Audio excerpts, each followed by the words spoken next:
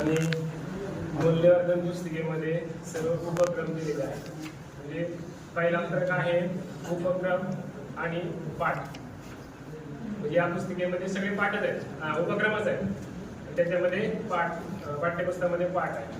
दुसरे याचं वैशिष्ट्य असं आहे, या पुस्तकामध्ये असणाऱ्या उपक्रमांचा जो पान नंबर आहे तोच पान नंबर आपल्या पाठ्यपुस्तकामध्ये सुद्धा कृतींचा आहे.